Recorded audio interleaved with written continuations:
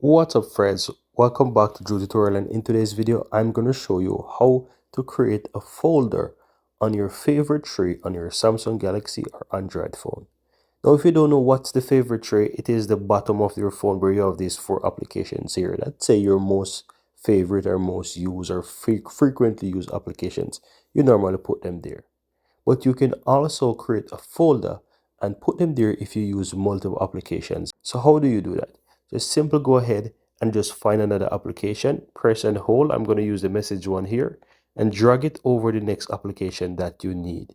And as you can see, I'm going to simply drag it right over the WhatsApp and just let it go. And it will create a folder, and I can name that folder, and I can name this one message, right? Or messages rather. And then click the check mark. And that's how you basically do it. Now I now have a new folder here on my favorite tree that has messages, and I can expand them and see more.